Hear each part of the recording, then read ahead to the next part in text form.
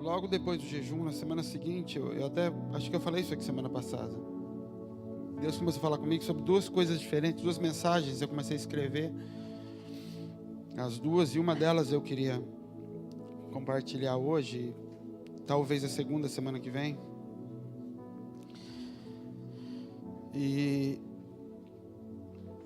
é difícil às vezes, porque eu não consigo pregar se eu não me sinto no lugar do que eu estou pregando. Eu não me sinto autorizado a pregar se eu não estou nesse lugar. E o que tem que separar nisso é porque, primeiro, eu posso ser pego em lugares de erro ao longo da minha vida toda. E isso não me desautoriza. É como você, teu filho não vai deixar de te obedecer ou deixar de lhe dever respeito e obediência pelo teu erro. Isso não te desautoriza, porque a autoridade que Deus te deu é tua, mas você perde a autoridade no mundo espiritual para que isso seja verdade na vida do teu filho quando você não pratica.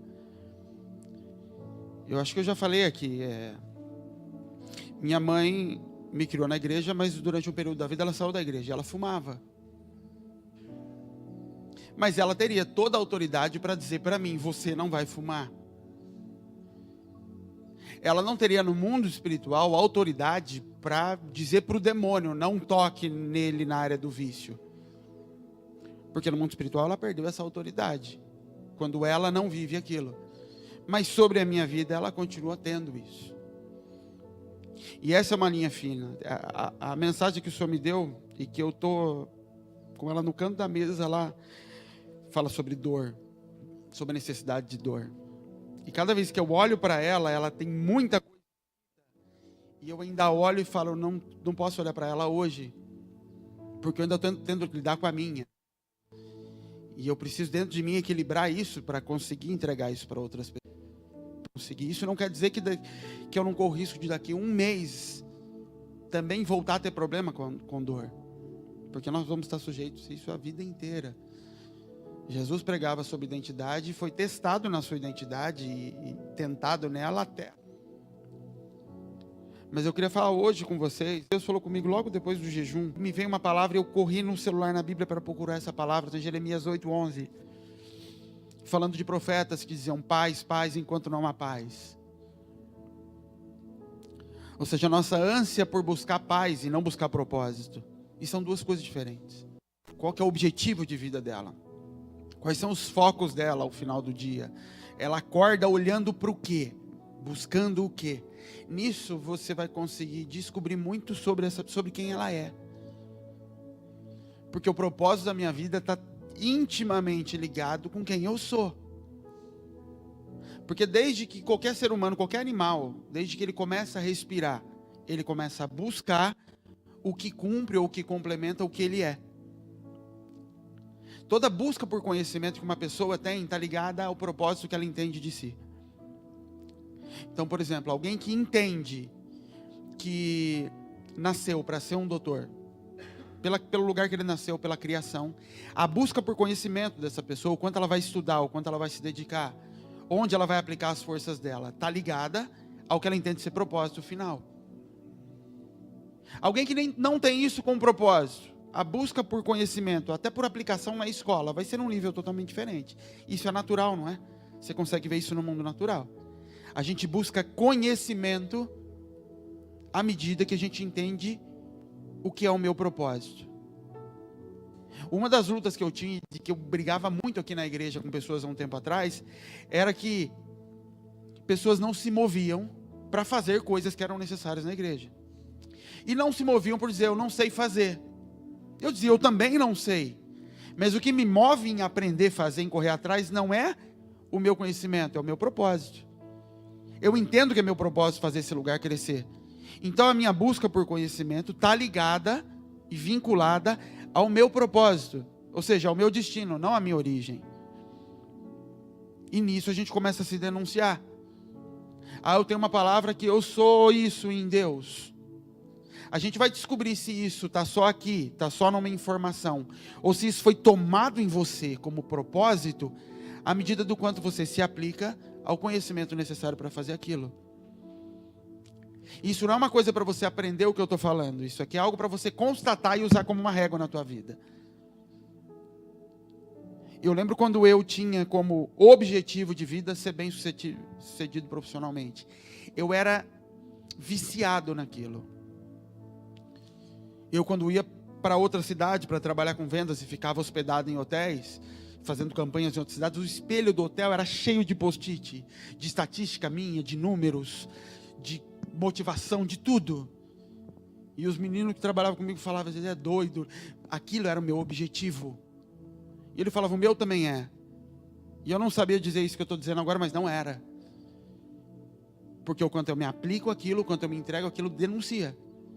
Onde é que está o meu alvo? O alvo dele era o salário do final do mês. Era aquilo que ele tinha para receber. O meu não, o meu era ser diretor. Então eu sabia que eu precisava me aplicar, mas era o que saía de dentro, não era uma informação vindo de fora. E até por motivações erradas ela vinha de dentro.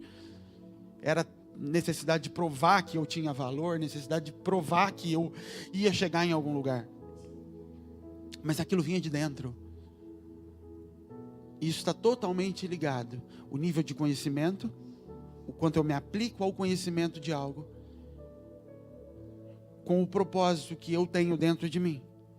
Oséias 6:3, eu queria ler com vocês. Conheçamos e prossigamos em conhecer o Senhor. Como a alva será a sua saída, e ele nos virá como a chuva serôdia que rega a terra. Que te farei, ó Efraim? Que te farei, Judá? Porque a vossa bondade é como nuvem da manhã e como orvalho da madrugada, que cedo passa.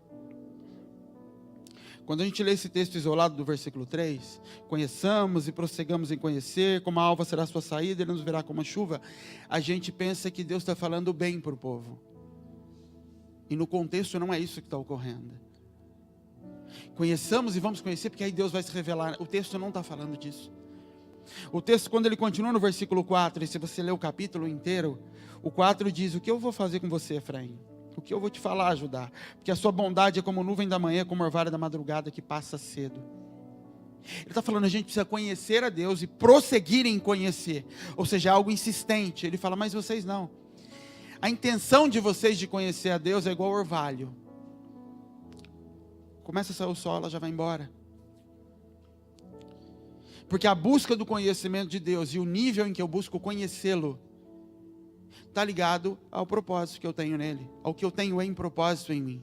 E conhecer a Deus aqui não tem a ver com ler a Bíblia e saber sobre Ele. Tem a ver com a revelação dele em mim.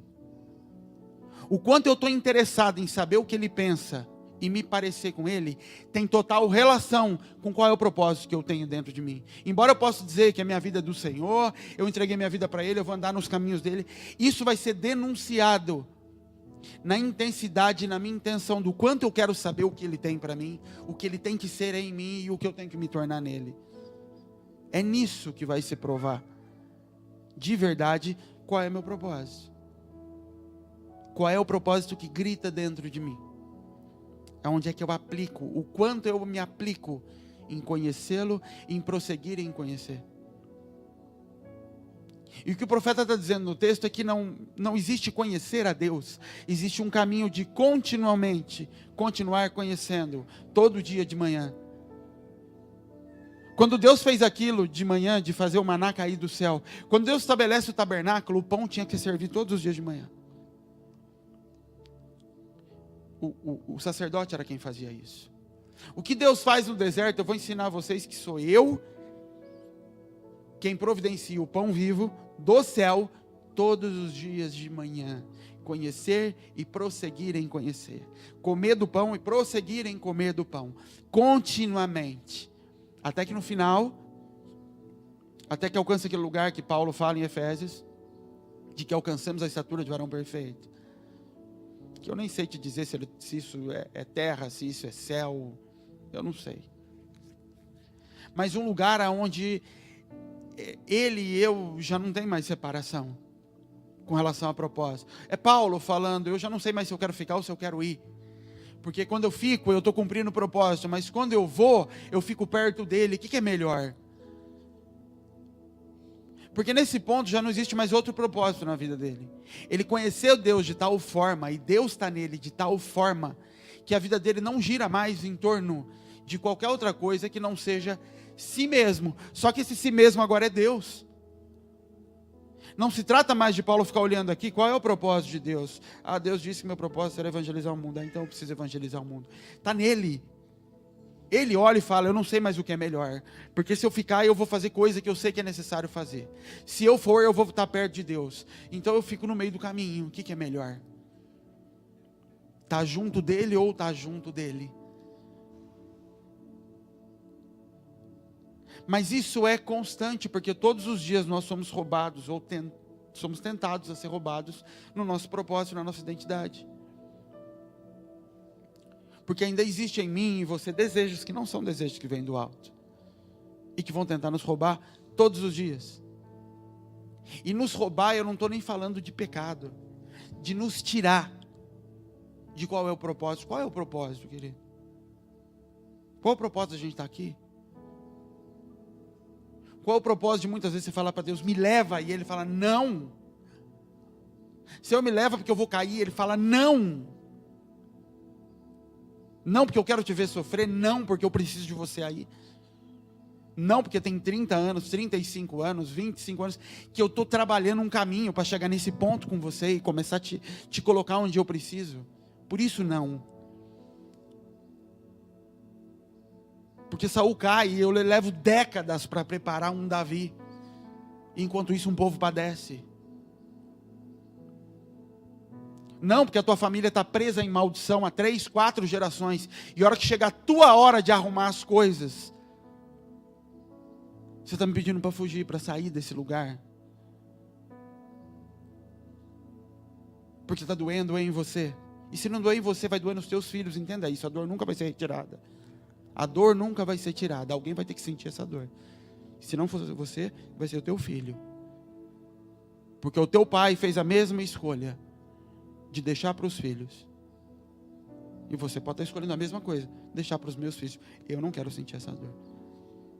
Eu não quero entrar nesse lugar. Dor não é porque tem dor a ser paga, mas é porque um homem, para ser moldado, ele vai passar por dor. Não existe parto sem dor de parto. E depois Deus começou a falar isso comigo, e eu já começou a mudar até o meu entendimento, a rejeição que eu tinha à parte normal. Coisa de homem. Isso já começou a mudar dentro de mim. Porque não tem a ver com o que eu penso, tem a ver de eu entender por que Deus fez aquilo. E se Deus fez, tem que sentir. Porque a geração de filhos demanda dor. Não existe filho sem dor, querido. Deus estabeleceu isso. A mulher vai ter dor de parto para gerar um filho arrumado. Porque no natural dela, ela vai gerar um filho de Adão. E ela gera um Caim. Isso nunca vai ser tirado.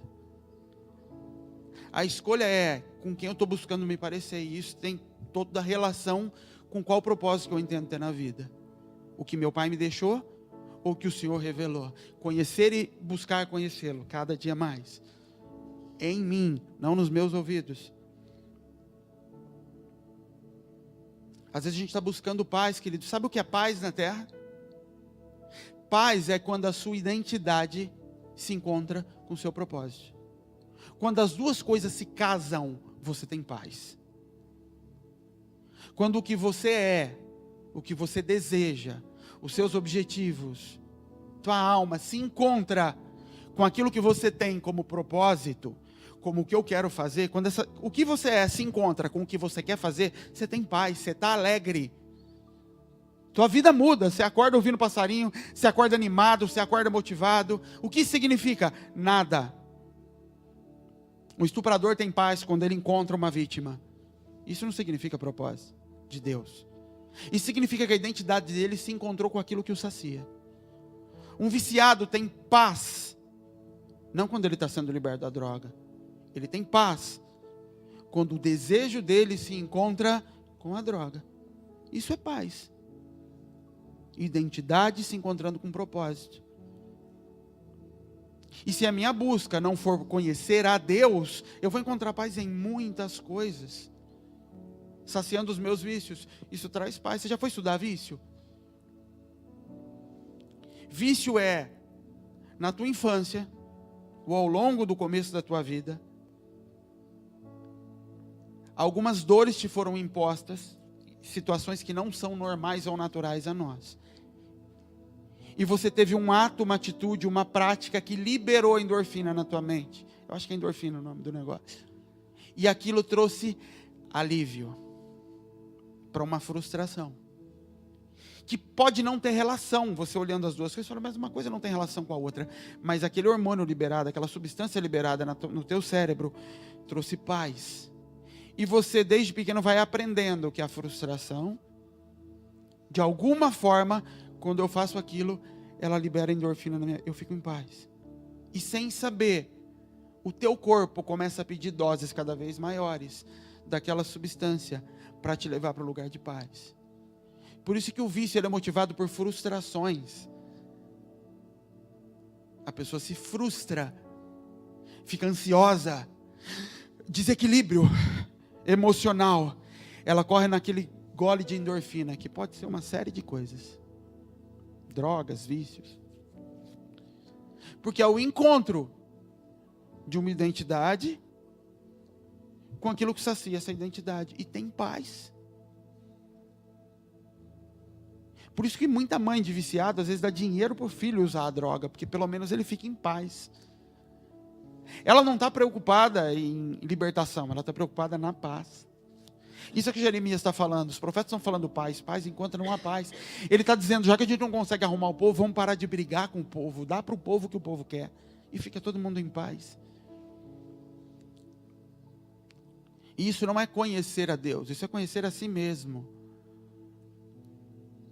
E nisso denuncia que a gente às vezes está pouco preocupado em se parecer com Deus. Pouco preocupado no que Ele pensa.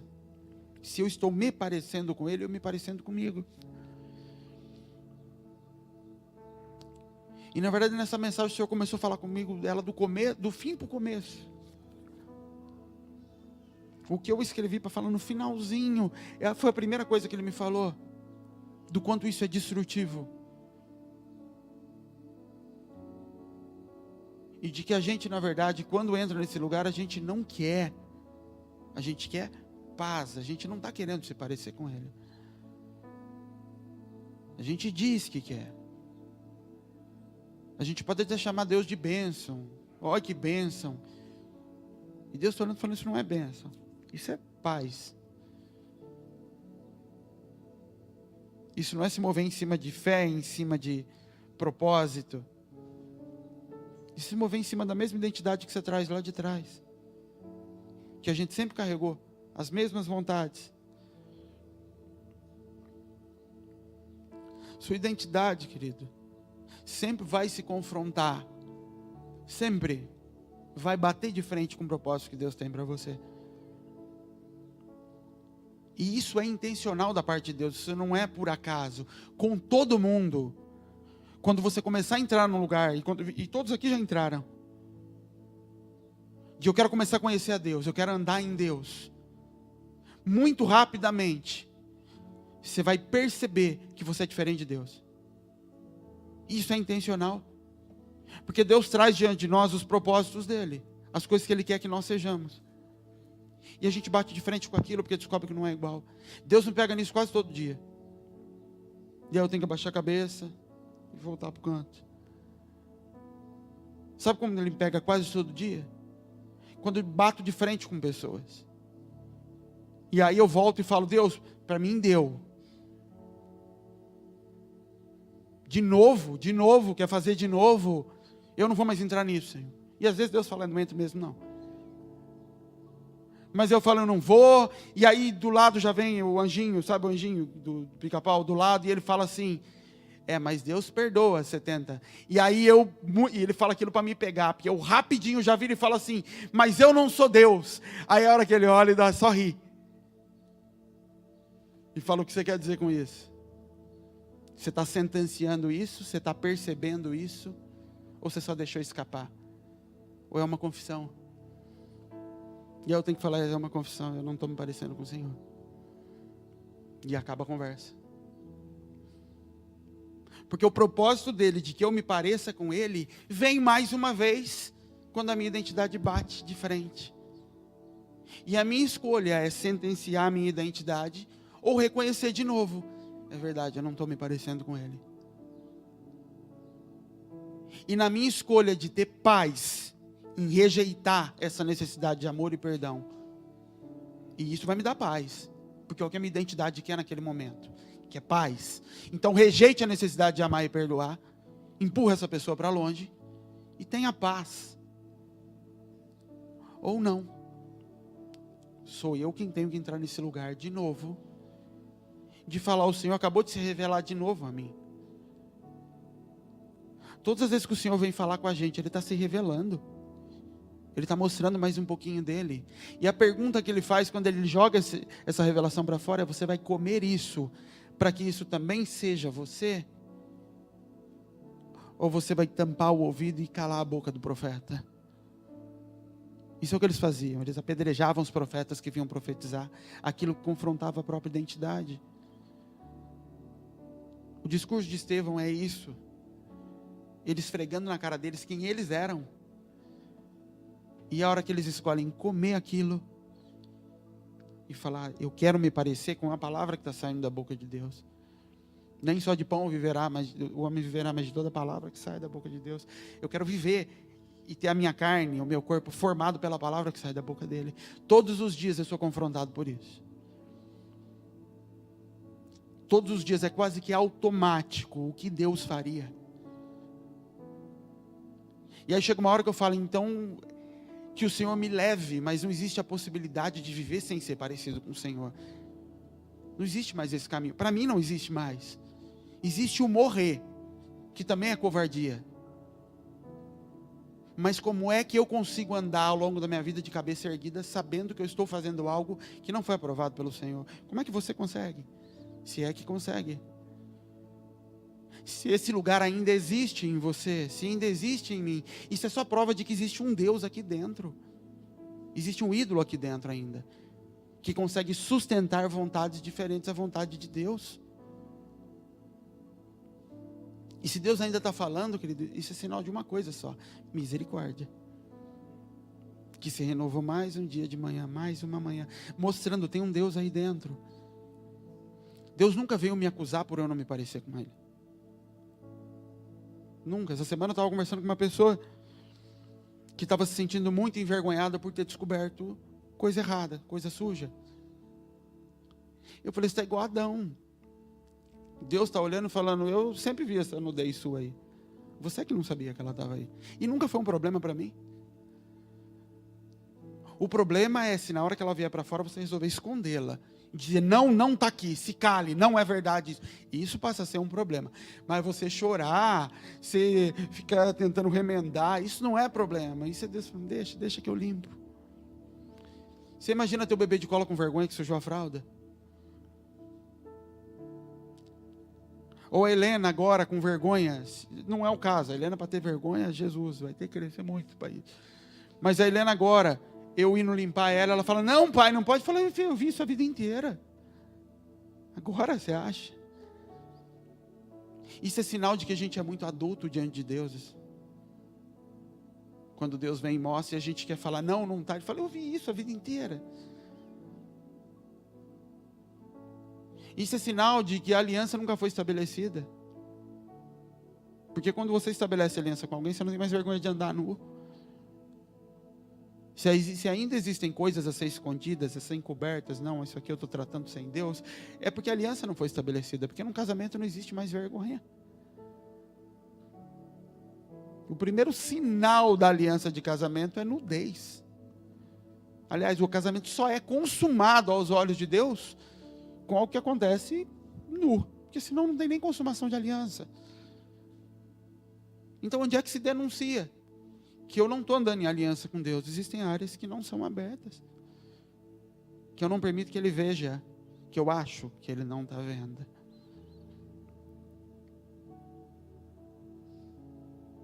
Muita coisa em nosso meio e que eu vejo Deus trazendo de novo. Eu falei, acho que semana passada aqui. Eu falo: Deus, mas de novo é a mesma coisa. O Senhor falando a mesma coisa. Eu falei: é a mesma coisa, a mesma coisa. O Senhor é o mesmo. Às vezes a gente está correndo atrás de revelações diferentes, de fumaça.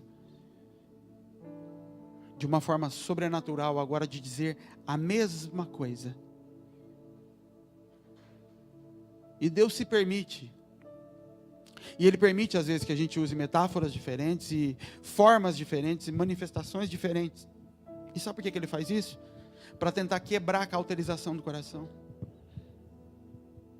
Porque áreas já foram tão marcadas e batidas, que quando é pregado a mesma coisa, teu coração já tem até a resposta. Quando o pastor começa a pregar, você já sabe o que ele vai falar, e teu coração já se auto-justifica. Por isso que Deus às vezes permite que venha a mesma mensagem, de um outro jeito, por uma outra porta, para ver se Ele consegue de algum jeito entrar, e falar com você lá dentro. Porque teu coração já se endureceu, meu coração já se endureceu. E isso não tem a ver com teu coração estar errado necessariamente. Eu entro em lugares às vezes que o Senhor tem que usar situações diferentes para conseguir ir lá e me resgatar e falar comigo, em que não tem mais efeito algumas outras coisas. E Ele sabe disso. Eu lembro quando eu era novo e minha mãe conhecia o caminho do meu coração. Minha mãe escrevia cartas para mim quando ela queria me dar conselhos e coisas. Escrevia bilhetes e colocava na minha cama. Ela conhecia caminhos para chegar em algumas situações em mim, que ela sabia que de outro jeito não ia acontecer. O problema é quando a gente vai se endurecendo e essas portas vão se fechando. E poucos caminhos vão sobrando. Eu lido com pessoas às vezes, que eu vejo pessoas pulando de igreja em igreja. E quando saem daqui, eu falo, Deus, o Senhor vai ter que levantar outro. Só que até isso tem limites. E cada vez que eu faço isso, eu mutilo um pedaço do propósito. Porque eu não escolho o propósito, querido. Eu não escolho por quem eu vou ser tocado. Eu não escolho por quem... se eu pudesse escolher por quem eu vou ser tocado. Sabe quando que o meu pastor ia ser o meu pastor? Nunca, desde o primeiro dia. Eu ia procurar alguém que mora perto. Eu ia procurar alguém pequeno, que tivesse acesso com o telefone para conversar. A última pessoa que eu ia procurar na vida era alguém conhecido, alguém de longe, mas nunca. E quem anda mais perto há muito tempo sabe que eu não queria, mas não queria, não é por humildade, não, é porque não tem nada a ver aos meus olhos. Não tem nada a ver eu não poder telefonar, não tem nada a ver eu não poder ouvir a pregação de domingo. Como é que faz desse jeito, Deus? Aos meus olhos não faz, mas Deus escolheu assim. E Ele não vai mudar isso, porque eu quero. E todas as vezes que eu questionei Ele, falando, não dá para mudar, Ele fala, se mudar você vai perder, porque o que eu tenho é aí. E você acha que isso é privilégio meu? Isso é para todo mundo. É Ele quem escolhe. Mas o que eu posso encontrar quando eu escolho sair disso? Eu posso encontrar paz. Posso. Pegando a minha identidade e colocando ela e procurando um lugar que cumpra um propósito de acordo com a minha identidade, com o que eu quero, com o que eu desejo. Eu vou encontrar paz. Essa semana eu estava conversando com uma pessoa e ela me falou, nossa, mas como pode esse propósito está corrompido ter fluir? Isso é unção. O nome disso é unção. A unção não é retirada assim, errou, tira a unção. Se fosse, vocês não teriam pastor aqui em cima mais, pelo menos não meu. Porque a unção já teria saído daqui há muito tempo. Deus não tira. E se eu quisesse esconder os meus erros, se eu conseguisse esconder os meus erros, vocês iam ter um pastor aqui que ia ter paz constante. Porque eu ia encontrar forma de conduzir isso aqui de acordo com a minha identidade. Vocês iam me ver alegre, feliz e em paz constantemente. Mas cada vez que ele vem, se revela e mostra e denuncia que tem sujeira, pronto, a paz foi embora. Porque quem eu sou não bate com quem ele é. E a paz vai embora. E aí a guerra começa de novo. Não para mudá-lo, não para me tirar do lugar de dor, mas para me moldar quem ele é. E isso é com a tua vida. A diferença é que muitas vezes na tua vida quem aponta o dedo para você para dizer não é, sou eu.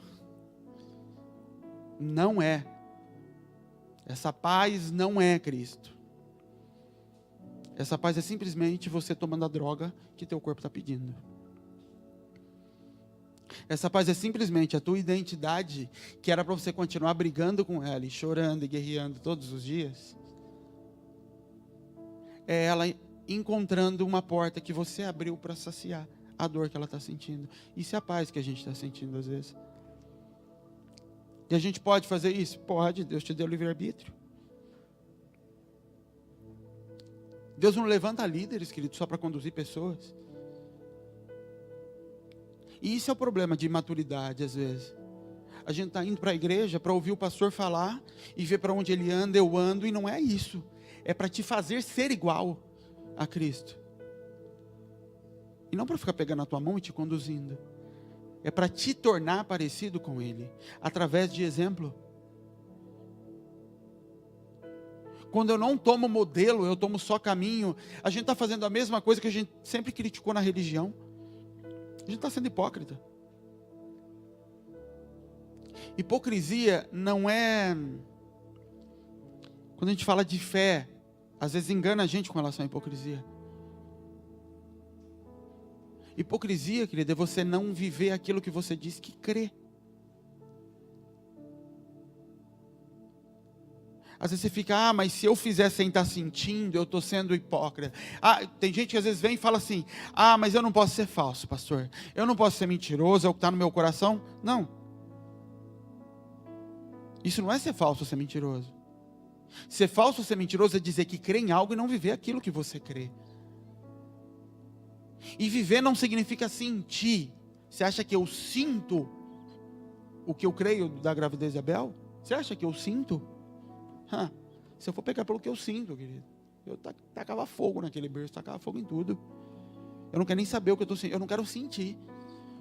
Ontem eu e a Abel estavam conversando, essa foi a gravidez que a gente menos aproveitou, porque a gente não quer parar para pensar nela. Porque quando eu paro para entrar no emocional, porque viver uma gravidez é viver emocional. É você se dedicar àquilo, você sonhar, não é isso? Viver gravidez? Está aqui como vai ser, e quando você pergunta como vai ser, eu já falo assim, parou, vai ser do jeito que Deus falou, fecha a Bíblia e vai lá fazer comida, vamos fazer as coisas. Eu não vou entrar nesse emocional. Eu estou sendo mentiroso para mim mesmo. Não estou sendo mentiroso para mim mesmo. Eu estou sendo muito honesto com aquilo que Deus disse, que eu creio que Ele disse. Isso é ser honesto, isso é ser fé. É o inverso dessa história de pastor. Eu não posso mentir para mim mesmo. Não, você já está mentindo. Quando você diz que crê em Deus, mas não vive o que Ele fala, vive o que você sente. Sim, você é o maior dos hipócritas. Por isso Jesus não chamava gente fraca de hipócrita, não chamava pecador de hipócrita, chamava fariseu de hipócrita. Quem diz que crê, mas no final se move pelo que está com vontade de fazer. Não acredite, querido, que Abraão foi para aquele monte cantando glória a Deus e aleluia. Que os meninos da fornalha entraram lá dentro, caminhando, eu vou para Canaã. Entraram tremendo, fechando o olho, falando, então deixa queimar. Mas o que ele falou está falado. E nisso vai denunciar se a sua identidade está se moldando a um propósito, ou se você está moldando o propósito à sua identidade. Por que não existe igreja de Cristo espalhada no Brasil? Existem muitas denominações, muito pouco da igreja de Jesus. Porque são igrejas moldadas ao propósito das pessoas. E não identidades moldadas ao propósito do reino. Eu pus um rádio esses dias, estava esperando começar um programa. E aí estava passando um daqueles programas de igreja. E a Bel começou a ouvir, e eu falei, será que ela nunca ouviu? Porque ela ficou tão abismada com o que aquele homem estava falando, de dinheiro, e que iam suportar a obra de Deus, e que aí ia ter o nome escrito em tal coisa deles lá, e que eles iam levar para Israel, e falando o valor que era para dar por mês, ela ficou, eu falei, mas a culpa não é desse homem, ele é um corrupto, ele é um bandido. Mas ele tem milhares de pessoas que estão querendo aquilo como propósito de vida. Alguém que está desempregado, para esse homem, Deus está no emprego. A não ser que ele esteja em Deus, entendendo que para mim o que tem hoje é desemprego. O que tem hoje para mim é desemprego. Isso é um lugar que alguns podem estar andando há muito tempo e outros podem nem ter começado a andar. Porque no começo da minha caminhada com Deus, Deus na terra seria Deus resolvendo os problemas da minha empresa. Porque foi uma promessa dele. Então o que seria Deus se manifestando? A promessa se encontrando. Seja uma promessa que ele te disse pessoalmente ou algo que está na Bíblia. E aí quando eu me via indo perguntar para ele a respeito desse cliente, Deus, ele falava, não é para pegar. Eu falava, mas isso aqui sacia isso. Não é para pegar, então não é para pegar. Não é para pegar. Mas aí eu não vou ter paz. Não, depende. Se a tua paz estiver em saciar a tua dor, você não vai ter mesmo. Se a tua paz estiver no propósito que ele colocou lá na frente, você vai conseguir encontrar paz. Mesmo no meio da dor. Eu tenho um monte de problema hoje para resolver. Um monte. Eu não estou preocupado com nenhum deles. Não estou. Com nenhum. Eu estou em paz. Mas eu sinto dor. Mas eu estou em paz. Porque uma coisa não tem relação com a outra. Ou não é para ter. O mundo não está gritando e buscando, querido, paz. O mundo está procurando não sentir dor. A gente não quer mais sentir dor. E nisso não se conhece o Cristo. Nisso não se conhece, não se consegue às vezes perceber que é Deus quem está te conduzindo. Porque eu estou olhando para a dor e não consigo ver Jesus ali, porque eu não estou procurando Jesus, eu estou procurando o anestésico. Eu não estou procurando reconhecer se aquilo faz parte do que eu preciso passar. Eu estou procurando não sentir mais dor. E tudo isso ocorre por uma coisa que talvez eu nunca tenha falado aqui. Por causa do teu pai. Porque eu nunca conheci o pai. Porque eu nunca conheci um pai que cedo me arrancava da cama no frio e falava, vai trabalhar. Porque eu nunca conheci um pai que arrancava a mãe quando ela queria me mimar e falava, sai, deixa esse menino virar homem. Eu não o conheço. Por isso que eu busco na saciedade da dor a imagem de Deus. E isso corrompe a você e a tua geração inteirinha. Porque uma nação inteira estava perdida, que tinha uma Bíblia na mão, que era a única nação da terra que tinha Deus. E Deus tem que falar para ela, vocês precisam conhecer a Deus. Conhecer e prosseguir em conhecer a Deus. Vocês sequer sabem quem é Deus? Porque vocês entendem que Deus está aqui quando os exércitos estão longe. Quando os inimigos atacam, aí Deus não está aqui. Então quando vocês estão na Babilônia, quando vocês estão em Israel, com tudo dando bem, vem o profeta e fala assim, vai haver destruição sobre vocês. Fala, esse profeta está louco. Ele está louco, Deus não quer nos destruir. Agora quando vocês estão presos na Babilônia, e Deus está dizendo assim, pode construir família aí que vocês vão ficar um bom tempo aqui. Nem tentem fazer força para sair. Aí o profeta vem o contrário, dizendo, não, Deus vai nos livrar. E Deus tem que falar, não, na paz da cidade vai estar a paz de vocês, porque vocês vão ficar aqui muito tempo. Constantemente dessintonizados de Deus.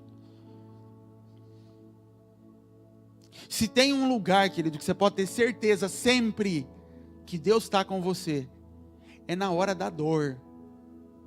Nem todo lugar que você está rindo, Deus está com você. Nem todos os lugares que você está feliz, Deus está lá junto. Nem todo contrato que você está assinando, Deus está junto.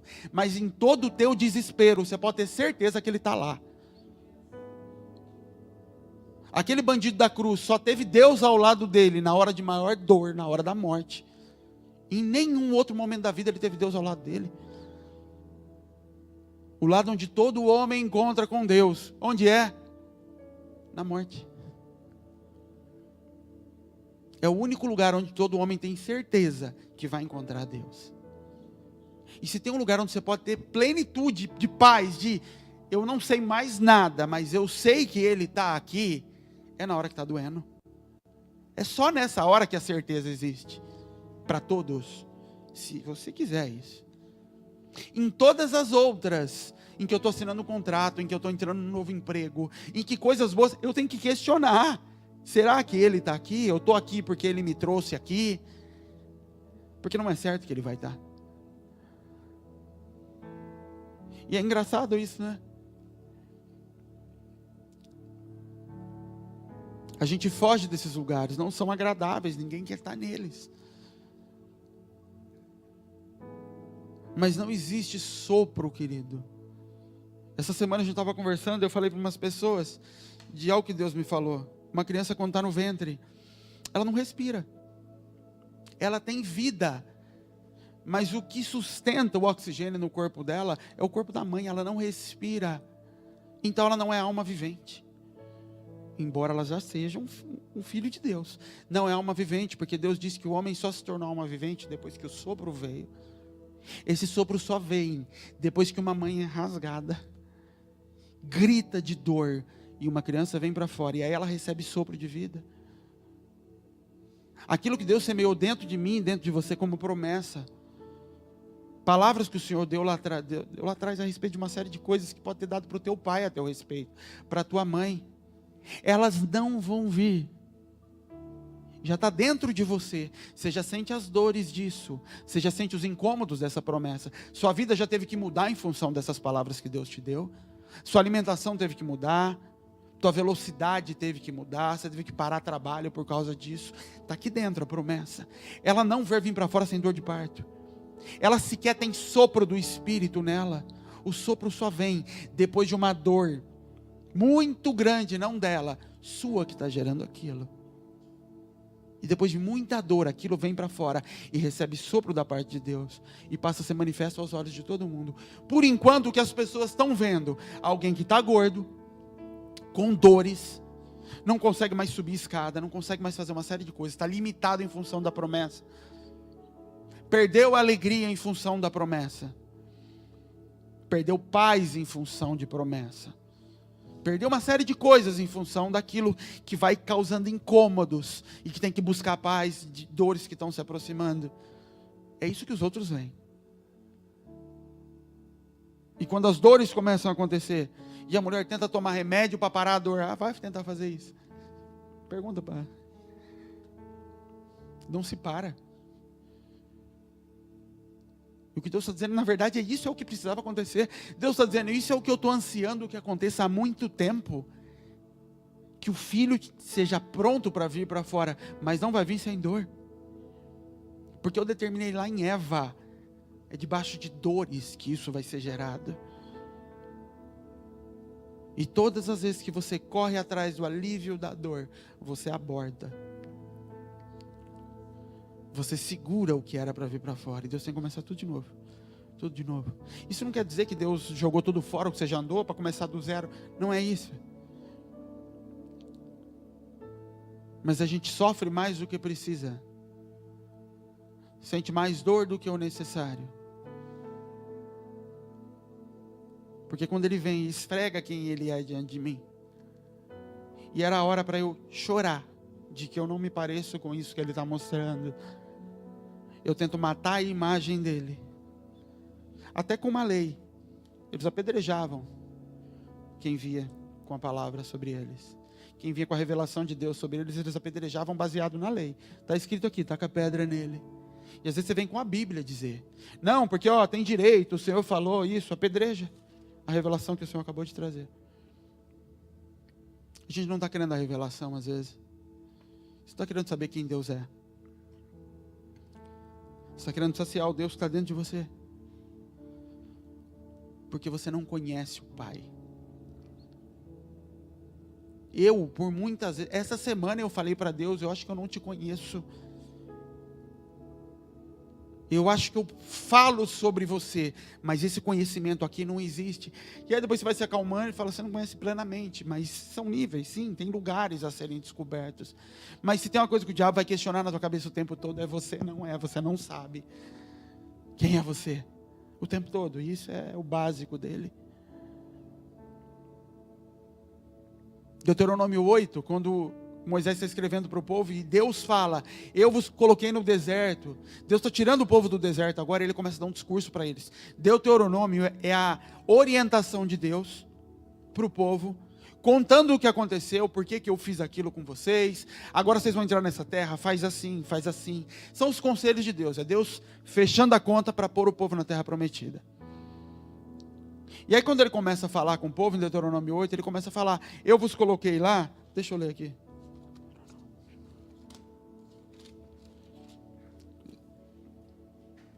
Verso 2, e te lembrarás de todo o caminho pelo qual o Senhor teu Deus te guiou no deserto, esses 40 anos, para te humilhar, para te tentar, para saber o que estava no teu coração, se guardaria os mandamentos ou não. Ele te humilhou e te deixou ter fome, te sustentou com maná, que tu não conheceste, nem teus pais conheceram, para dar a entender que o homem não viverá só de pão. Ele está dizendo, vocês estão entrando nessa terra, mas não conheceram o maná. E pode parecer um texto muito simples. Mas Deus está dizendo assim, teve algo que ocorreu, e que vocês passaram 40 anos, estão saindo e não entenderam. Isso é um problema. Isso é uma coisa, querido, para entender que o fato de você entrar em algum lugar que Deus vai colocar, não significa que você assimilou tudo o que precisava assimilar, que você venceu tudo o que precisava vencer. Significa que chegou o tempo e ele precisa cumprir um propósito, mas lá na frente isso vai te perseguir. Esse povo não entendeu o que era ser saciado por Deus. Esse povo não entendeu o que era ser dependente de Deus. Não entendeu que Deus tinha fechado a terra e aberto o céu para eles aprenderem a depender do céu. Para quebrar os ídolos que eles tinham de provisão. Eles não entenderam isso. E Deus falou, mas vocês vão entrar, eu prometi para Abraão. Mas lá na frente, esse povo começa a levantar ídolos de novo. E os filhos dessa geração voltam para uma escravidão pior que a escravidão do Egito. Porque os pais, durante 40 anos, tiveram a oportunidade de conhecer o que Deus estava fazendo. E eles não estavam preocupados em conhecer. Eles estavam preocupados em entrar na promessa. Sabe o que é isso? É você olhar para a minha vida ou para a vida de outra pessoa e falar, não, já está entrando, eu estou vendo ali, ó. O pastor está sofrendo, está nascendo um bebê, a promessa vai cumprir, vai acontecer coisas que Deus falou, vamos junto que o povo vai entrar. E Deus revela a você de manhã, para mostrar na tua vida, você fala, não, deixa isso, não preciso, o maná vai cair, eu não quero nem saber o que é o maná. Ele vai cair, não vai, eu como e vamos embora. E você vai entrar. O problema é que lá na frente, vosso pecado vos há de achar. Porque eu não estou preocupado em conhecer a Deus. Eu não estou preocupado em olhar para Moisés e falar assim, o que é, por que é, como é. Eu estou só falando, para onde que vai Moisés? É para a direita, então bora para a direita, família. Vamos lá para a direita, que ele falou que é para a direita. Seguir cegamente. Enquanto que o que Deus diz a respeito de Moisés é, ele é Deus. Olhem e façam. Porque eu vou tirar ele um dia. E o que vai sobrar é a imagem que foi gerada em você. O que vai sobrar dentro da tua casa para o teu filho, querido, não é os jejuns que eu te peço para entrar. É o quanto você jejua e o teu filho sabe disso. O que vai sobrar para o teu filho não é o quanto nós conduzimos você a estudar a Bíblia aqui, o quanto nós pregamos, a mensagem que você pode comer aqui e achar que é boa ou ruim. Não é isso que vai sobrar para o teu filho. É o quanto na tua casa tem Bíblia. O que vai sobrar para o teu filho não é você apontar para mim e falar, o pastor tem temor a Deus. É o quanto você teme a Deus. Porque eu não tenho autoridade para liberar isso sobre a vida do teu filho. É você que tem. E se esse conhecer a Deus não for para isso, se não entender que conhecer a Deus significa Deus do seu alto trono vindo mostrar um pedacinho de quem Ele é, para que eu possa me parecer com Ele. Se você não entender isso, você vai continuar sem saber, sendo legalista, perguntando qual é o mandamento de hoje, qual é o lado que eu preciso me mover hoje. E isso destrói toda a geração seguinte quando me é entregue a autoridade para fazer. Aquele povo sai do deserto sem conhecer Deus, são colocados agora para entrar numa terra. Mas antes disso, tinham homens que questionavam provisão. Se você pegar o começo da caminhada deles no deserto, os 2 anos e meio, 3 anos primeiro, a briga deles com Deus o tempo todo era, Deus não vai cuidar, Deus vai abandonar a gente. Deus trouxe a gente aqui para matar a gente. Era melhor ter deixado no Egito, lá tinha cebola. Era melhor deixar no Egito, porque lá não tinha túmulo, Deus trouxe gente aqui para enterrar a gente. Homens que não conheciam a Deus, mas estavam seguindo um líder. Amém? Todo lugar que Moisés ia, eles iam atrás. Não conheciam a Deus. Quando é que saía a paz desse povo? Quando tinha falta de paz? Quando faltava comida. Aí pronto, virou um inferno aquele arraial. E briga, vamos matar Moisés, vamos voltar para o Egito. Deus traz o pão, ou bate na rocha, sai água. Arraial em festa. Todo mundo alegre. Ninguém quer saber quem é Deus. Moisés, vai você lá e fala com Deus. A gente fica aqui. Eu não quero saber quem é Deus. Eu só quero saber o que eu tenho que fazer para aliviar a minha dor. É só isso que eu estou interessado. Fala aí, Moisés, o que a gente tem que fazer, a gente vai fazer. De repente Deus vai falar assim, Moisés vai falar assim, quer agradar a Deus?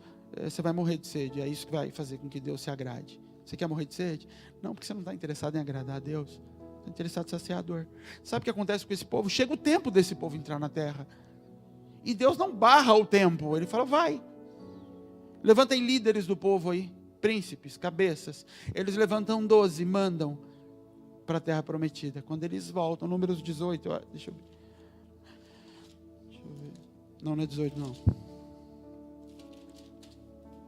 Números 13. Eles vão e espiam a terra. Verso 27. Eu vou ler, você não precisa abrir, se não quiser nada. E contaram-lhe e disseram-lhe, fomos à terra que nos enviaste. Verdadeiramente mana leite e mel. Esse é o fruto dela. O povo que habita nessa terra é poderoso, cidades fortes e muito grandes. E vimos filhos de Anak. E eles começam a narrar os inimigos. Todos os problemas que tem à frente. Porque a visão de um povo que não conhece Deus, eles querem um líder. Isso era o povo na época de Samuel. Nos levante um capitão, Samuel. Um homem que faça as nossas guerras. Eles querem alguém para responder diante de Deus por mim. O que eles querem do pastor, não é alguém para falar, vai, entra você diante de Deus agora. Não, alguém fala, para onde a gente vai, pastor? Para cá não, mas para cá tem dor. Isso aqui não é Deus. Isso aqui eu não quero. Sabe essas igrejas que a gente olha, que faz os tais dos absurdos? Elas são compostas de gente que saiu dessas igrejas, daqui ó, e de todas as outras por onde você passou. Em níveis diferentes. Elas também nunca imaginariam que hoje iam estar lá, fazendo voto de 1.000, 2.000 reais em função da chave da casa própria. Sabe por que elas nunca pensaram isso? Porque ninguém nunca ofereceu. No dia que ofereceu, elas correram, elas só não tinham ainda esse lugar. O povo pedia para Nossa Senhora Aparecida até o dia que criaram a desatadora dos nós. Pronto, agora eu tenho quem desarruma os nós. Antes eu ia na geral, agora eu tenho uma mais específica. Essas igrejas que estão abrindo são só isso. Portas que saciam a dor que você tem naquele momento. Enquanto que tem dores que o Senhor não queria tirar de você. Enquanto que o Senhor pode ter te chamado para viver num lugar que aos olhos dos outros é dolorido. Mas Ele queria aliviar, arrancar de você a dor, para que você pudesse ser testemunho diante de quem tem dor nessa área. De alguns, Deus tem que arrancar o emprego, para que você possa ser testemunho para aqueles que estão desempregados. E você está procurando um Deus que deu o emprego. Então o que esse povo faz quando ele chega diante da terra? O que eles fizeram o tempo todo. Chega lá e fala, ele tem problema, e que isso aqui não é negócio não. Isso aqui não é Deus, imagina. A terra é boa mesmo, mas tem inimigos, tem inimigo não é Deus. Então Caleb fez calar o povo perante Moisés e disse, subamos animadamente, vamos possuir por herança, porque certamente prevaleceremos. Porém os homens que com ele subiram disseram, não podemos subir contra aquele povo, é mais forte do que nós. Infamaram a terra que tinham espiado perante os filhos de Israel, dizendo, a terra pelo meio do qual passamos a espiar é terra que consome os seus moradores. Todo o povo que vimos no meio dela são homens de grande estatura. Também vimos ali gigantes, filhos de Anak, descendentes dos gigantes, e éramos aos nossos olhos como gafanhotos, assim também como éramos aos seus olhos. Quando você não conhece a Deus, querido, e se vê do tamanho que você é, e se coloca como estatura, sabe o que é pior? Não é só você se ver pequeno. Isso é algo para você sondar o coração, e não tem a ver com maldade. Deus, quando tira o povo do deserto, Ele fala assim, e o exército do Senhor saiu. Deus olhava para aqueles milhões de escravos e chamava de exército. Porque quando o Senhor ora para aquele povo, Ele não está olhando para a força daquele povo, Ele está falando, a força é minha. É um exército porque está se movendo debaixo do meu governo. Isso é exército para Deus. Um povo que se move debaixo dele como general. Quando eu não consigo me ver nesse lugar, o pior não é só eu não me ver. É que eu espelho nos outros que eles estão me vendo como eu me vejo. Você quer ver isso na prática? Você se acha rejeitado. Você acha que todo mundo te rejeita. Alguém que não se aceita, acha que os outros não o aceitam. Então, se não me chamam para uma festa, lá, não me aceitaram. Me acham menor do que eles. Porque você se acha menor. É isso que eles estão dizendo. Eles não tiveram um segundo de conversa com aquele povo, mas eles dizem assim: nós somos gafanhotos e eles também nos viam como gafanhotos. Eles nem viram eles. Se tivessem visto, tinham pego eles. Eles estavam escondidos. É a imagem que eles tinham de si mesmos. Porque Deus estava dizendo, eu os vejo como um exército, e vocês só vão passar a se ver como exército, se me conhecerem. E é por isso que a nossa vida se repete, que os problemas se repetem, que você não sai do lugar da onde você viveu a tua vida toda, porque a tua busca não está em conhecer Deus. Em muitos momentos, querido. Isso aqui não é para generalizar a tua vida e você se enquadrar e falar, não, eu não sou isso não, oxe, Deus já falou comigo, eu estou crescendo. Amém, você está. Mas é para a gente conseguir sondar e falar, os meus olhos às vezes correm no propósito e não em conhecer a Deus. A minha leitura da Bíblia passou a ser voltada a interpretar a profecia, a tentar encontrar aqui palavras que se encaixem no que eu estou vivendo, para eu fazer leitura do tempo, do que está para acontecer. Enquanto que no começo eu comia isso daqui para conhecer Jesus. Porque o único propósito que existe na face da terra, como primícia de Deus, é conhecer ao Senhor. É me parecer com Ele. E por me parecer com Ele, conhecer a Ele, Ele vai colocar como luz no alto, para que eu possa iluminar outros também para conhecê-lo. O propósito não é me fazer feliz e me fazer alegre. Isso vai acontecer quando a minha identidade for moldada ao propósito. Quando o que eu sou for alterado. Não quando o propósito for mudado. O propósito é o mesmo, escrito antes da fundação do mundo. Você entende que Deus não vai mudar o que Ele escreveu a teu respeito? Não vai. E todas as vezes que você tenta se aproximar desse propósito gerador, você sai desse caminho, você está enganando só você. Mas ninguém está sendo enganado nessa história. O propósito não vai ser mudado. E a dor necessária para você entrar nesse lugar não vai ser diminuída. Muito pelo contrário, ela aumenta cada vez que você resiste, porque a volta é muito mais difícil depois. É muito mais difícil porque gera barreiras de orgulho em mim que vão ter que ser quebradas para me submeter de novo. É muito mais difícil pelo cansaço de ter que começar de novo. Então o que você pode escolher, eu não quero mais esse propósito não. Isso você pode escolher, quando você quiser. Porque vai doer mesmo. E quanto maior for o lugar que Deus tem para te levar, mais vai doer. Mais vai te pedir. Não é porque tem um preço a ser pago.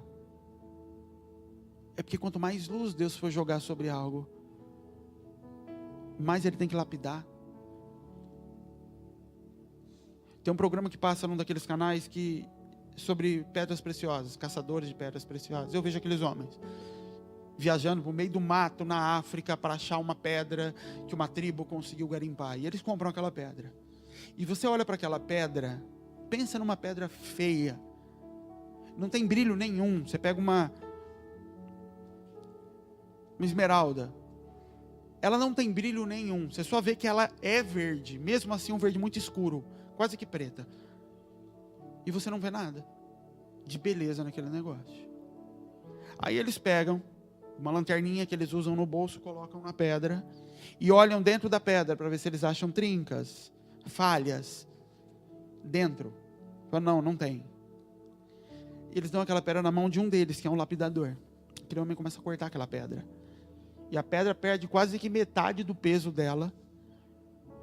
Ela fica muito menor. O cálculo deles é o quanto vai ter que perder para ela se tornar uma pedra. E aquele homem faz lá 200 faces naquela pedra. Depois daquelas faces feitas, você acha que é outra pedra. Aquele verde escuro foi embora, porque ela foi polida. E onde é que eles veem a beleza toda da pedra? Quando joga luz nela. Cada face daquela reflete para um lado. E pronto, você tem uma pedra preciosa que vale milhões. Isso que Deus faz às vezes na gente, de ficar arrancando pedaços e essa dor toda, não tem a ver com necessidade para Ele, mas tem a ver com o que precisa ser mostrado. Por isso que se você não entender que o propósito não é você, o propósito é os outros, você não vai conseguir se submeter a isso. Todas as vezes que me dói a ponto de querer largar as coisas, vem 3 coisas nessa ordem na minha cabeça, sempre. Minhas filhas, primeiro vem elas, e sabe o que vem na minha cabeça? O que eu passei ao longo da minha infância, e eu olhando para elas falando, se eu largar, elas vão passar pela mesma coisa, Senhor. E eu olho para a Helena, e às vezes o diabo começa a fazer conta na minha cabeça, e eu vou na conta dele. A Clara já está maior, a Clara não vai sentir tanto, talvez. Não, mas ela vai sentir, porque eu conheço a Clara, eu sei que ela é muito parecida comigo, ela é uma esponja emocional, a Clara, ela vai. Mas a Helena está numa idade, eu sei no que o diabo está querendo pegar a Helena, porque Deus já me falou, e eu preciso cuidar da Helena desde agora, porque eu sei as áreas que o diabo está armando para ela, e eu tenho que trabalhar isso na vida dela, e se eu sair de cena, a Helena, eu falo, e o que está na barriga esse menino, não sei o que vai ser dele, crescer sem, e me vem isso. Segundo lugar, o que me vem, e nada tem a ver com a minha vida, o que me vem, as pessoas na igreja. Senhor, o Caio largou a faculdade, Senhor, como é que eu viro para esse menino agora e falo para ele, não dá, aí a Lélia, Mateus e o Heleno, e começa a vir pessoas que renunciaram coisas, que mudaram a vida, e eu falo, como é que eu, não tem a ver comigo a minha dor, a minha escolha não tem a ver comigo, tem a ver com aqueles que dependem. E depois vem o Manuel, Senhor, o Manuel lá do outro lado, como é que eu viro? E no momento, querido, eu estou querendo largar tudo, como é que eu ligo para ele e falo, segue a tua vida? O Manuel não dá um passo sem me ligar, o Manuel não compra uma galinha sem me falar. Eu nunca pedi para ele fazer isso, mas ele estruturou a vida dele. No dia que ele me ligou e eu falei, Manuel, eu não sei, se eu fosse você eu faria desse jeito a plantação, mas faz do jeito que você quiser. E ele falou assim, apóstolo, eu não faço mais nada sem te perguntar, porque quando você fala dá certo. Como é que eu viro para ele agora e faz tudo o que você quiser, que eu não estou mais aqui? Eu não tenho esse direito, não tem a ver comigo. Tem a ver com a geração que está chegando, e que o Senhor vai falar, eu não vou te livrar, teu filho vai comer do que você escolher. E não adianta ficar olhando para o céu e falando, Senhor, tem misericórdia, tem misericórdia, tem misericórdia. Eu falo, eu tenho tanta misericórdia que eu tirei da mão do diabo e dei na tua escolha. Isso é misericórdia. O que você quer é ser irresponsável, que eu tire da mão do diabo, coloque na minha e te dê terra prometida. E eu não faço isso. Não adianta você fazer coisa errada e pedir para o Senhor tirar o trauma do teu filho. É você quem não vai traumatizar essa criança. Isso começa dentro de casa. Não adianta eu ser um homem, um pai ou uma mãe desvirtuado e querer que o meu filho, minha filha depois, escolha o marido ou a esposa correto. Ele não vai. Deus é tão bom que Ele fala assim para você, eu vou fazer a tua filha escolher um marido igual a você. Isso não é bondade? Isso não é o maior presente que Deus podia te dar? Ele dizer, diante do céu e do inferno, tua filha vai escolher um homem igual a você. E Ele te deu isso como um presente. Quando eu não quero me moldar e reconhecer as minhas falhas, isso é uma maldição. Você vai falar, miserável, ela vai casar com um homem igual a mim. Ele vai casar com uma mulher igual a mim. E nessa hora você não quer a responsabilidade, você quer empurrar para longe. E falar, não. Faça o que eu falo, não faça o que eu faço. Porque eu não quero me parecer com Deus. A minha dor ela é fruto do propósito não se encaixar em quem eu sou e não de eu descobrir que eu não sou igual a Deus. E isso é um problema sério. Porque enquanto você estiver chorando porque você descobre não ser igual a Deus, querido, ainda tem jeito, ainda tem salvação. Isso é o Senhor mostrando. Sou eu que estou mostrando isso. Porque quando eu não quero mostrar, como eu não queria mostrar para Acabe, eu mando o espírito de engano na boca de profetas, porque eu quero te pegar. Tem pessoas que o Senhor já me falou, estão em paz, porque eu estou colocando palavras de engano na boca de profetas, para que fiquem em paz, e quando vier a desolação, eles não vão saber de onde veio. Mas quando o Senhor vem de novo para trazer uma palavra, e você se pegar chorando, nossa, eu sou pecador, está tudo errado. Eles falam, eu sei, eu vim aqui justamente para isso, para te mostrar que tinha mais coisinha escondida que a gente vai limpar.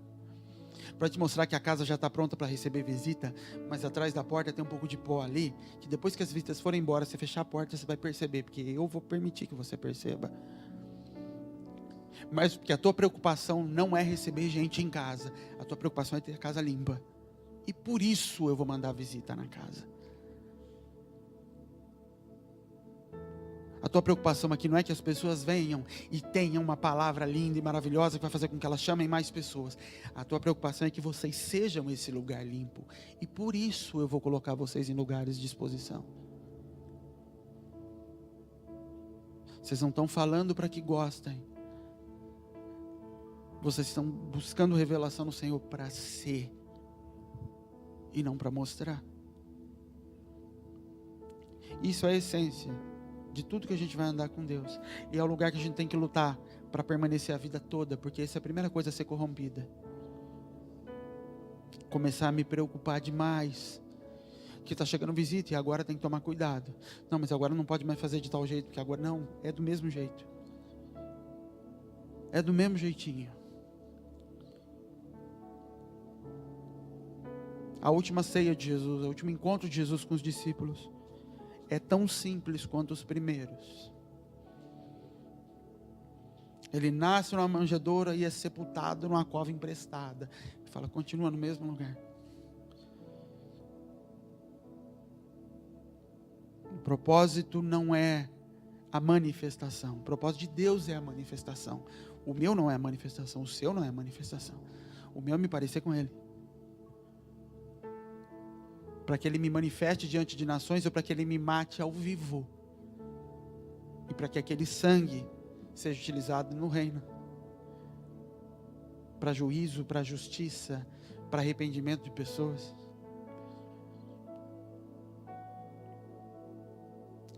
Buscar entender todos os propósitos que Deus tem é loucura, querido. Eu não vou entender porque alguns vêm aqui e me amam. Alguns vêm e entregariam a vida por mim. Alguns vêm e vão cuspir na minha cara. Alguns querem me ouvir em alguns momentos e não querem em outros. Alguns vão embora. E eu não posso ficar tentando entender isso. Eu vou morrer. O que eu tenho que todo dia buscar no Senhor, eu estou me parecendo com o Senhor? O que eu fiz que fez essa pessoa me amar ou me odiar é algo que o Senhor faria? Porque a manifestação e onde o Senhor vai aplicar isso está fora do meu controle. Onde o Senhor vai usar isso na tua família, para converter tua família, para ser testemunho, está fora do teu controle. E você tentar controlar isso, eu vou fazer isso porque vão ver, isso é loucura. Eu vou fazer isso porque aí o Senhor vai fazer tal coisa, isso é loucura, a gente não sabe, insondáveis são os seus caminhos. O Senhor não revela isso a gente, até para provar a gente, se eu estou fazendo pelo propósito, ou porque eu quero ser igual a Ele. Quando a Bíblia fala do primeiro amor, ela não fala que a gente perdeu. Abandonaram o primeiro amor. E a gente se pega às vezes naquele texto sem entender que tem uma palavra ali no meio. A gente não perdeu o primeiro amor. Não aconteceu algo que perdeu, um choque. Foi abandonado. É intencional. É uma prática o primeiro amor. Eu faço intencionalmente ou eu deixo ele de lado intencionalmente. É um casamento, querido, de propósito é relacional. A essência de um casamento, por isso que é na saúde ou na doença. na alegria ou na tristeza. E o que o Senhor pergunta essa manhã é, não é volte à primeira natureza, quem você era, não é uma construção, eu vou voltar agora e construir aquele lugar, não, volta a fazer as mesmas coisas que você fazia. Volta a ficar lendo a Bíblia daquele jeito que você lia, querendo achar coisas. E do jeito que você era, e cada um era de um jeito diferente. Cada um via de um jeito diferente, fazia do seu jeito, a sua maneira de se relacionar com teu marido. Porque é nisso que você vai conhecer o Pai e começar a se parecer com Ele. E vai acontecer o que acontecia no começo, as pessoas olharem para você e falar, tem um negócio diferente. É diferente o que está aí. Está diferente o que está aí. Você se lembra quando foi que começaram a te ver diferente? Eu não lembro. Quando foi que pessoas começaram a querer andar perto de você? Eu não lembro. Eu só buscava me parecer com Ele. E fazer ansiosamente. Porque eu sempre me joguei em tudo que eu fiz. E fazer. E quando eu vi, estava o Caio um dia, com o Thales na minha frente. Falou, a gente veio aqui para reconhecer você como nosso líder. Eu falei, fiquei olhando. Falei, tá bom. Da onde veio aquilo? Veio porque o propósito se constrói sozinho. O Senhor faz com que tudo aconteça no seu tempo sozinho, sem precisar planejar, sem precisar fazer força. À medida em que eu me coloco para me parecer com Ele, essas coisas vão acontecendo. Quando foi que alguém virou para você e falou, vamos construir uma forma de que você não vai mais trabalhar? Não, isso vem. O Senhor vai soprando e vai gerando dor, e você vai andando e vai construindo. E quando vê, virou. E quando vê, você é referência para outras pessoas. E quando vê, você é testemunho para outras pessoas. Isso não foi construído com a tua mão. Isso acontece nos momentos de intimidade. As maiores revelações que o Senhor tem para dar para você e para mim acontecem num momento de maior intimidade. E num momento planejado para a profecia acontecer. Quando eu me lembro dos momentos onde o Senhor me deu as palavras mais lindas. Mais lindas. Algumas que estão na estante mais alta. Eu me lembro de uma numa terça-feira, que depois ali a gente foi ali no canto, e a Lely falou que precisava lavar meu pé, e Deus me disse algumas coisas. Eu me lembro como foi aquela terça-feira. Totalmente despretensiosa. Foi uma daquelas que eu peguei uma música e coloquei ela para ficar repetindo a oração inteira. Sabe quando faz aquilo? Faz tempo que eu não faço. Foi numa daquelas. É uma música de 4 frases, e ficou a noite inteira, e eu me derramando, aí o Senhor veio e me deu aquilo. E várias outras. A gravidez, o que o Senhor tem para colocar aqui, vem quando eu estou buscando só intimidade. Quando eu não estou me deitando para Ele me engravidar. Esse é o lugar para voltar. Esse é o lugar para estar constantemente. Para mesmo depois da queda, falar, Senhor, pode ficar com tudo, só não me retires do Teu Espírito. Pode ficar com o reino inteiro, eu nunca quis esse negócio. Eu me corrompi por causa desse negócio, mas eu nunca quis esse negócio. Mas olha como meu coração começou a ser levado por ele. E as minhas frustrações aumentam por causa dele. E eu estou falando, não era rua o negócio de vocês? Não era amar aqueles pobres lá? Então, era aquilo. Aquilo era o coração. A igreja começa a crescer, vocês têm responsabilidades, têm coisas, mas a intimidade estava acontecendo ali. E por que as pessoas que chegam na igreja não se sentem responsáveis? Porque vocês também não sentem mais. Se tornou trabalho, deixou de ser amor. Por abandono. Porque é cansativo do mesmo jeito que era antes. O dia que Davi saiu do campo de batalha, ele caiu. Hoje é dia de se arrepender às vezes, que talvez seja dia de se arrepender de coisas que foram abandonadas.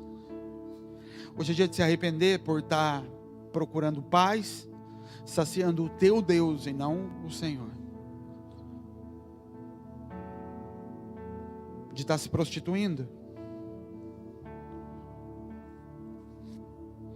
Não adianta, querido, você querer enganar a Deus, construir caminhos que facilitem tua caminhada. Quando você voltar, Ele vai destruir tudo de novo. Não se trata só do que é necessário, se trata de obediência, se trata de não querer medir forças com Deus, de não querer se levantar diante dEle, impondo o que você quer, Não vai acontecer, não adianta. Deus não vai se dobrar diante da tua vontade, diante da minha vontade.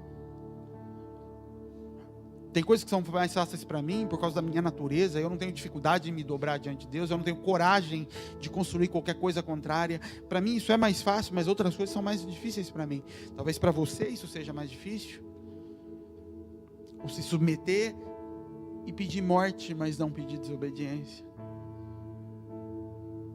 Mas entenda, Deus não vai construir em cima do teu caminho. E quanto mais você construir, mais Ele vai destruir. Mais difícil vai ser voltar atrás, porque vai ter que destruir tudo. Eu não sei o que te move. Abraão era um homem de fé. E quando ele chega no lugar que Deus deu para ele, tem fome na terra. Ele levanta um altar ali, tem fome na terra, ele vai para o Egito por conta própria. Ele sai do lugar de Deus para alimentar a família. E ele está dizendo, Deus não vai alimentar, então deixa eu correr atrás. Chega lá embaixo, faz coisa errada, entrega a própria mulher, negocia o seu propósito, negocia o que tinha de mais precioso. E volta de lá. Sabe para onde ele volta depois? Para a mesma terra de fome. Para o mesmo altar ele volta. Sabe o que Deus está dizendo? Você pode se pernear para onde você quiser. No final das contas, se quiser andar comigo, você vai voltar para o mesmo lugar. Tudo de novo, e pior, agora ainda trouxe maldição lá de baixo. Você não constrói caminhos.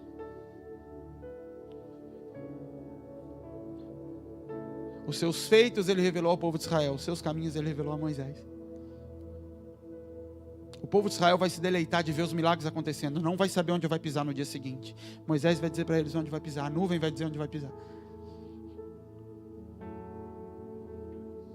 Fala com Deus, querido. Às vezes você precisa se confessar. Às vezes você precisa pedir para Deus te ajudar a sustentar. Sustentar na hora da dor.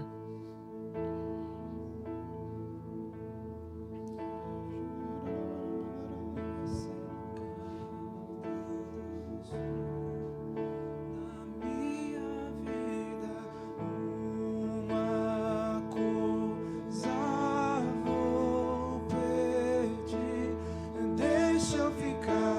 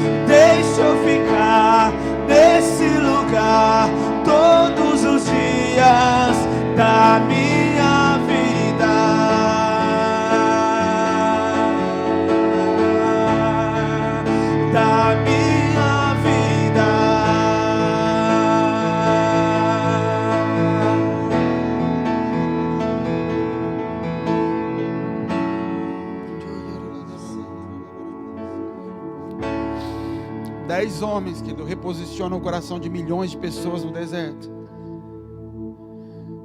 10 homens que não estavam buscando conhecer a Deus, estavam buscando um propósito. Eles reposicionam o coração de milhões de pessoas que estavam prontas para tomar algo. Tua casa, tua família pode estar pronta para tomar algo, e a tua visão de não ter conhecido Deus da forma correta pode reposicionar e virar a chave de uma família inteira, de uma descendência inteira. E não é só de dentro da tua casa, de toda a família. Milhões de pessoas caindo em maldição por causa dos cabeças da casa. Isso tem a ver com milhares de filhos que Deus tem já no mundo espiritual sobre a tua vida e você nem sabe. Sabe todos os óvulos que você, mulher, tem em você já desde que nasceu e nem sabe quantos milhares tem ainda? E eles vão se perdendo mês a mês por não se encontrarem com a semente do noivo. Assim é a minha e a tua vida. Não quer dizer que o Senhor não vai gerar nada, mas quer dizer que mês após mês, ciclo após ciclo, promessas vão se perdendo e sendo deixadas, porque não está debaixo do noivo para receber a semente e gerar no tempo determinado, ainda que não fosse para nascer hoje. Tem coisas que no mundo espiritual você está gerando hoje em atitudes, que não tem nada a ver com o que você está vendo hoje, você nem sabe, mas já está sendo gerado em outros lugares do mundo. Tem coisas que Deus disse para mim lá atrás, que naquele dia Ele determinou, hoje eu determino, que você vai pisar em tal lugar, eu não sabia, mas começou a ser gerado um filho, que lá na frente eu vou ver a manifestação, vou conhecer a cara dele, lá na frente, mas que foram semeados aqui, num momento de intimidade com Deus lá atrás. Cada adultério que nós cometemos em desobediência, cada demônio que a gente manifesta através de insubmissão e de rebeldia à vontade do Senhor, mata esses filhos, esse potencial de gerar. E você pode não saber, mas muitos e muitos padecem hoje. Pessoas que eram para ter você como pastor, por causa de escolhas que você fez há anos atrás, e que hoje essas pessoas estão padecendo. E amanhã, e depois de amanhã, e ano que vem, e daqui a 10 anos. Tem gente lá em Moçambique que vai ter a vida transformada e mudada pela minha atitude, pelo que eu estou semeando hoje, pessoas que eu nem conheço. E outras nações, e todas essas, que Deus já te deu palavra. E pessoas vão morrer. E o sangue vai ser cobrado de você. Porque você é o homem a quem Deus determinou aquilo. Ainda que você não veja, o Senhor te disse, gerei. Sabe, no dia que o Senhor te gerou e Ele te disse, hoje te gerei, pede-me e te darei as nações por herança. E um dia Ele te falou sobre a nação tal, e você abraçou aquilo e disse, é meu. Ele diz, então cuida agora porque já está no ventre. E você com as suas atitudes está tomando medicamento abortivo e matando. E eu vou cobrar de você esse aborto. E não vai ter outro para cobrir. Essas pessoas vão morrer. Porque a terra eu dei aos filhos dos homens. Deus não vai descer para salvar pessoas que Ele deu sobre a tua responsabilidade. Ele não vai descer para tocar nos filhos que Ele deu a você para tocar. Ele não vai barrar na vida dos teus filhos a mesma maldição que veio sobre a tua vida, porque Ele te deu autoridade para barrar em você. Isso é a figura de autoridade que você tem, que eu tenho. Jesus fala, eu sou a porta. Você entra e sai, mas eu, como autoridade, determino o que entra e sai. Você determina o que entra e sai.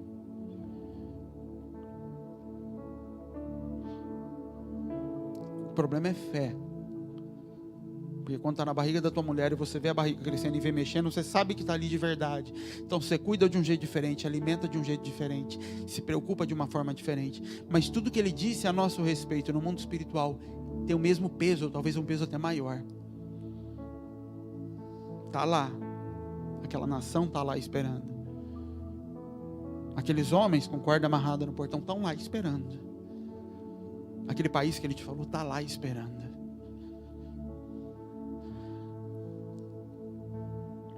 Som do teu coração nesses dias, querido. Porque assim se refina o ouro. Taca fogo, a sujeira sobe. Ele tira a sujeira e bota mais fogo.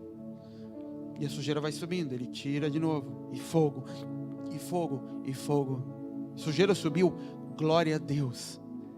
Coisas que ninguém nunca viu na tua vida, o Senhor está permitindo que você veja, que não se parecem com Ele, só para você tirar, e taca fogo de novo, até que o ouro esteja puro, até que seja só ouro, seja só Ele. Isso é uma vida, isso é uma vida, isso é até o fim da vida. Eu não sei se tem a ver com o propósito da minha vida, porque eu não posso dizer que é isso que Deus tem para todo mundo. O propósito da minha vida, eu estou descobrindo que os homens que eu mais admiro, eles não tinham igreja grande, ou não tinham nem igreja. E no final da vida, eles estavam sentados em cadeiras, velhinhos, pregando para as pessoas as mesmas coisas que eles pregaram a vida inteira. Velhinhos. Não tinham igrejas, nunca tiveram igrejas grandes. E visitavam o mundo inteiro, apontando o dedo na cara de um monte de pastor, arrancando dinheiro dos outros. Vários. E ontem à noite eu estava ouvindo alguns deles, e eu comecei a reparar, nossa, eles não tinham igrejas. Ou eles tinham igrejas pequenas, ou as igrejas deles eram no meio das prostitutas, no meio de moradores. As igrejas deles eram assim, ou eram muito pequenas, em lugares mais tímidos, mais afastados. Todos eles não eram pastores de grandes igrejas, eram grandes homens, conhecidos no mundo inteiro, mas não eram pastores de grandes igrejas. Isso me deu até um pouco de paz, não pelo tamanho da igreja hoje, mas porque eu não quero que isso aqui cresça, e Deus sabe que Ele vai querer, mas... E sempre que eu fico pensando, quando Deus fala para outras pessoas, eu falo assim, eu só tenho 70 cadeiras e não vai ter mais. Então vai ter agenda para assistir culto. 50. Tem as brancas guardadas.